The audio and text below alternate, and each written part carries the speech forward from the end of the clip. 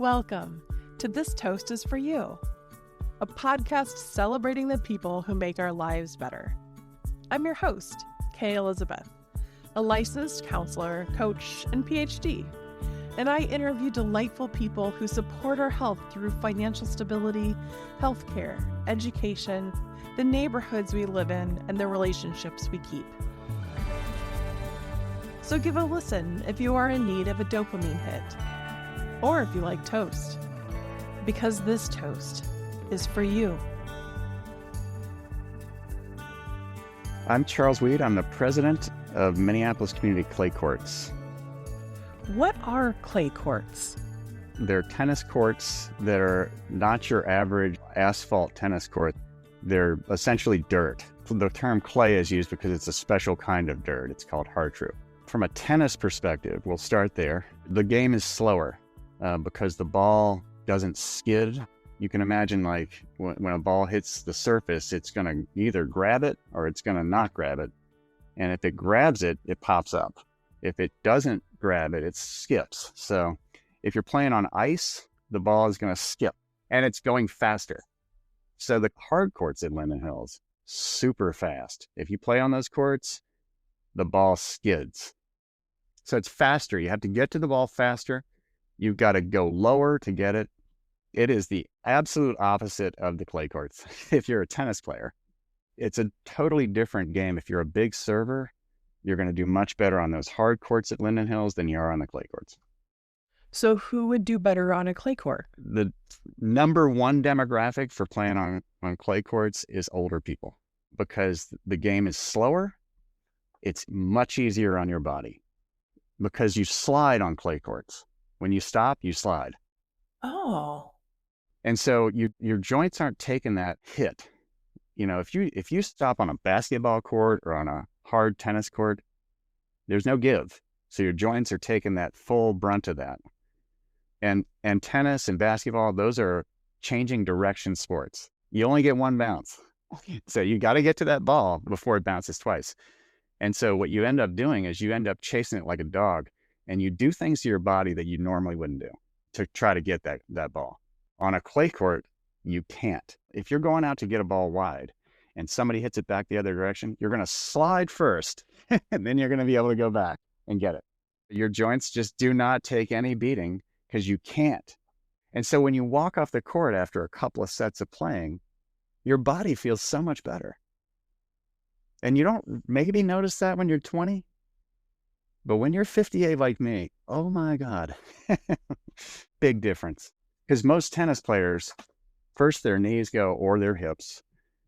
And this is the genesis of this project is I was losing friends. My social network is very much tennis oriented just because I love playing tennis. So I meet a lot of people, and I've known a lot of people for decades because I play USTA tennis. I'm deep into it, right? Mm-hmm. And so that's my friend group. Those are all the people I know. And that's how I socialize. And so suddenly people just aren't showing up. I can't get a hold of them, whatever. And so I'm just wondering what's going on. And some people are just not playing the game anymore because they just can't. I mean, I got a new hip, I got a new knee, I can't really do. Or I discovered Lifetime Fitness flagship over in Eden Prairie has clay courts. So a friend of mine is a member there, and he says, "Hey, do you want to go play on the clay at Flagship?" I said, "Sure." I go out to Flagship, and there they all are. All of these players that I haven't seen in a long time, they're out there playing at Flagship. And I was like, okay, now I understand. And so all these players are tucked away at Flagship, which is relatively cheap, but Minneapolis, Wayzata, Interlochen, all the high-end town and country, all of those high-end clubs have almost exclusively clay courts because wealthy people understand it's a better surface. So it's better for your health. And so wealthy people can do whatever they want. So they want to play the game longer. And so they join these clubs and everybody's playing clay. The other thing is the surface is always excellent. It's never cracked. There's never any soft spots in it. You know, we used to play in the parks. I mean, they're cracking up because even though they spent hundreds of thousands of dollars to do all those courts over, it's Minnesota. Asphalt's not going to stay good for more than 6 years. And so they start cracking. They do kind of patch it, and paint over it. But if you're a tennis player, you can tell where that dead spot is. And that really does affect the game. Clay courts are good forever. The Minneapolis Country Club, they built those courts 100 years ago. 100 years ago. And so every year, as long as you maintain them, they stay as pristine as the day they were made. The Waveland Triangle courts are as nice, if not nicer, than the day that they opened.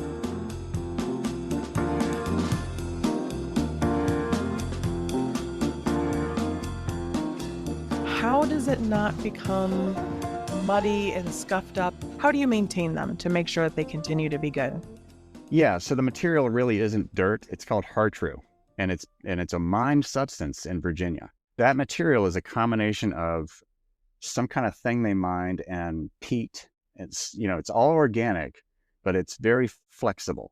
Clay has to be moist, otherwise it dries up and it blows away. The courts at Waveland Triangle are watered from underneath. Water goes in there and the surface wicks it up from there, which makes it moist all the time. So what we do is we put that clay out there, or the contractor put 6 inches of it out there and just roll the crap out. And so it becomes a hard surface, and then you sprinkle stuff on top that's exactly the same stuff, but it's granular. It becomes dry, and it sort of loses a little bit of its consistency. You just roll it right under the existing surface and put more on. When the contractor left, he left 5 pallets, which is 5 tons of clay that the park board has been storing. So we have 1 left from the original build. And so in the spring, we just spread out more clay, and then we roll it in. And then when people play, they just drag brooms around and sweep the line so that the clay gets redistributed and it's even again. Sometimes you see people like pushing the broom or just doing it wrong, but it doesn't really matter. It's dirt. You're not going to kill it. You're not going to do anything wrong. And then if you do a bad job and somebody comes out, they can just sweep it however they want to and start playing. There's a core of us that does a little bit of weeding around the edges, because sometimes there's a little bit of like stuff that grows, moss or grass. And then we just do a little bit here and there of dragging a bristle brush through and stuff. But it's really like, to me, that's kind of like gardening. It's my Japanese garden. So I just love doing it. I don't know. And other people do too. Just like, oh, let's just make this look beautiful, so. It tickles me to hear you say that, because I live in the neighborhood, and so I've noticed different types of chairs. So first I noticed folding chairs, and then non-folding chairs, and then a rocking chair. Yeah, right. Yeah, I just thought, wow, people are sitting around and watching. This is fantastic. Yep. Yeah.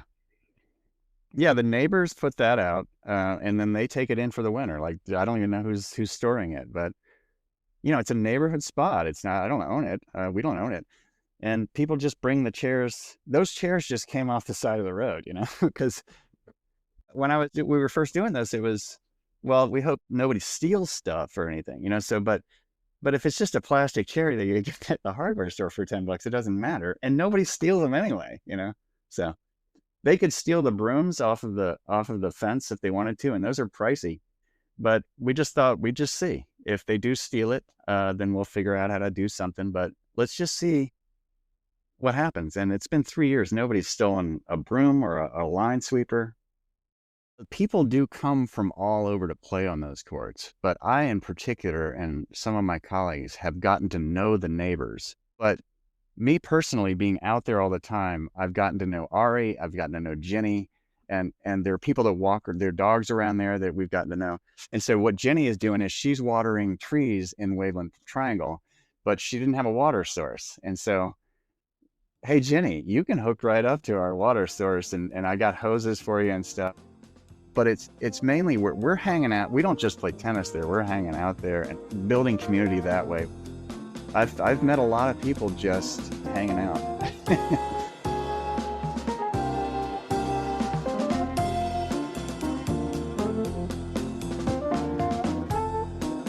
So you mentioned that clay courts are really common at high-end, country clubs and things. And for context for listeners, some of these high-end country clubs may have upwards $75,000 for the initial fee and $10,000 fees annually. So I'm curious, how did you make the decision to make this free and open to the public? Well, at first it's a selfish thing. I'm looking for a solution for me, you know. We have this summer home in New Hampshire. You know, it's been in the family for a long time. It's a very small town in the mountains of New Hampshire, and I played in their little town tournament. And so I met some players there, and they said, "Hey, do you want to go play at the clay court?"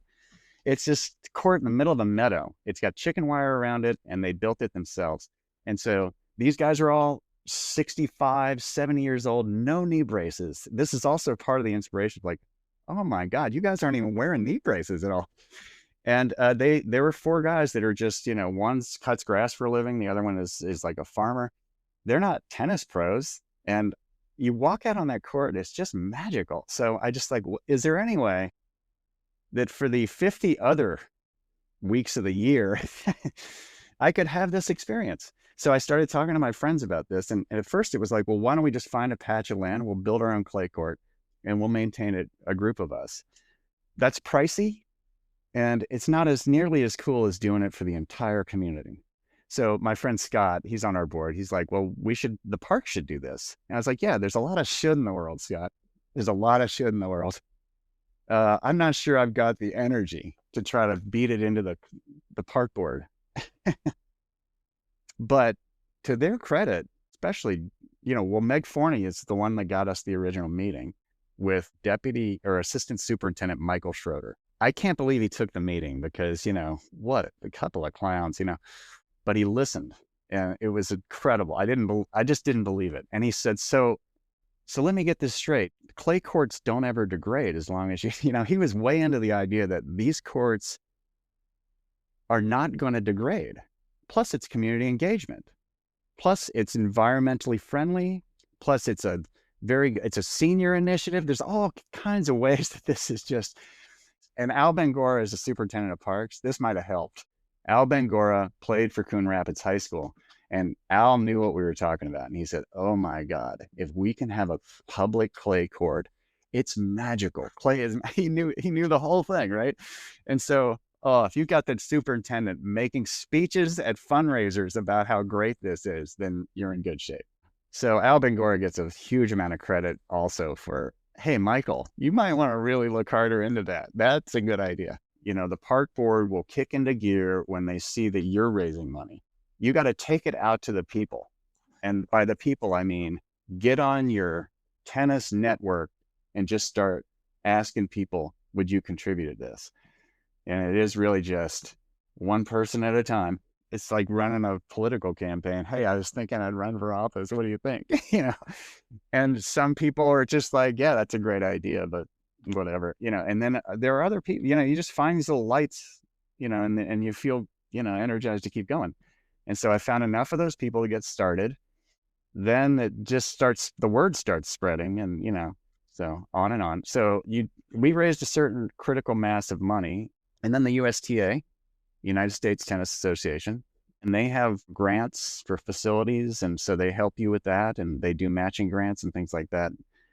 You know, it's funny because we met with the executive director and she said, okay, we'll do a 10,000 matching grant. I was like, could you just give us the money? So the next thing you know, we raised $125,000 with the help of USTA Northern and then National, and the park board kicked in. I mean, it was a lot. And now there are people playing tennis at 6 a.m. until 9 o'clock at night, you know, in July. And you get so much gratification from the people that come there. They look at it like, is this real? How did this happen? All this stuff sort of comes together. And then it's like, this works. It works. It's been 3 years. I challenge you to find a better court in all the Twin Cities, including Wayzata or Interlochen or Bear Path or any of those. These courts are as nice as any of those. And nicer because it's in a park where, oh my God, people could vandalize it. You know, there was all of that. Oh, you can't have the public get on a clay court. How many times did I hear that? And I'm just like, why? My guys in New Hampshire have a clay court in a meadow, for goodness sake. Turkeys can go across that, bears.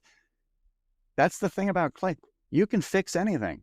Our contractor said somebody could dig a 3-foot hole in the middle of this court and we could fix that. That's how, resilient the surface is. The Waveland Triangle is a magical place for me. And for a lot of people, it's just such a great place. So if nothing else ever happened, I'm happy.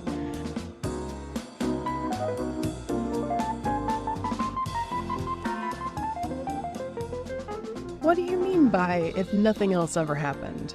As a board, we have to decide, do we want to just stick with this, or do we think, let's go back in? And there's enough joy and there's enough demand and there's enough people that really think Waveland is a special place. People come from all over to play on that court, that it would be a dereliction of duty for us not to try to increase the footprint. And also, for equity reasons, why does Linden Hills get the only clay court? So let's try to take it to another area of the city and see if we can get it to work. We are trying to do another one of these. We've raised 3/4 of the money this year, so we just need to raise another $35,000, and then hopefully we break ground on that next August, and we have 2 of these, and hopefully it's a gray water system. So yeah. Wait, a gray water system? Yeah, this is still in the lab, but so I'm going through the budget with Michael Schroeder for the new one, and the biggest line item for them is tapping into the water main. It just takes a garden hose of water. But over at Creekside, there's no water fountain or anything. So we'll have to tap into the water main in order to get a water source. He said, well, isn't that court over, but north of the Minnehaha Creek? And I said, yeah. And he said, well, potentially we could use the creek as a source of water. And I was like, I wasn't going to roll that out, Michael, because I was afraid you would think I was a nut. But absolutely, we could use the creek. So he was intrigued by that. He's going to talk there's a Minnehaha Creek watershed group. They have a filtration system somewhere where they just pull stuff out of the creek, put it over basically a leaching field, and then, it goes underground back into the creek. And so that's good for cleaning the creek. Well, how's it that we just put a tennis court on top of it? It's incredible. When we were first doing this project, Gary Austin is the head pro up at Minnetonka, and John Wheaton is down at Inner City Tennis. And so Gary starts showing us his courts, and some of them are watered, above ground watering. And then he says, and then we have these 2 hydro courts over here. Man, John Wheaton had never seen that before. And John's like, oh my God, you guys have got to go with this. Because, if you're watering from above, you got to water 3 times a day, and you got to make sure that people clear off the court if you're going to do that. You can't just send the sprinklers out. Yeah. And so maintaining a clay court when you're watering from above was going to be a challenge. We were up for it, but oh my God, if you have a hydro court and it's watered constantly from underneath, my goodness. You look like a kid in a candy store. You're so excited even thinking about it. Well, because, we just start getting into this project, but that piece of technology makes this thing go. There could be some rules like you can't use the creek water for blah, blah, blah, or whatever. We might have to get over some rules, but if it's an environmental project, it's just like the one that they've already built, it just happens to be someplace where you get a clay court on top of it. Oh my God. Can we actually pull this off? We got a national award for Waveland Triangle. The USDA National flew us out to the US Open to accept an award. It was given to 7 facilities in the United States of America. Wow. Waveland Triangle. It's because it's a volunteer-driven, volunteers take care of this, and it's free and open to the public. Anybody can, no reservation system. All the simpleness of it and the community engagement part, that's what got us that award. Can you imagine if we ladle environmental? Yeah. Sorry, this is a leaching field that you can play tennis on. Oh, I can't wait. I'm not giving up on this idea.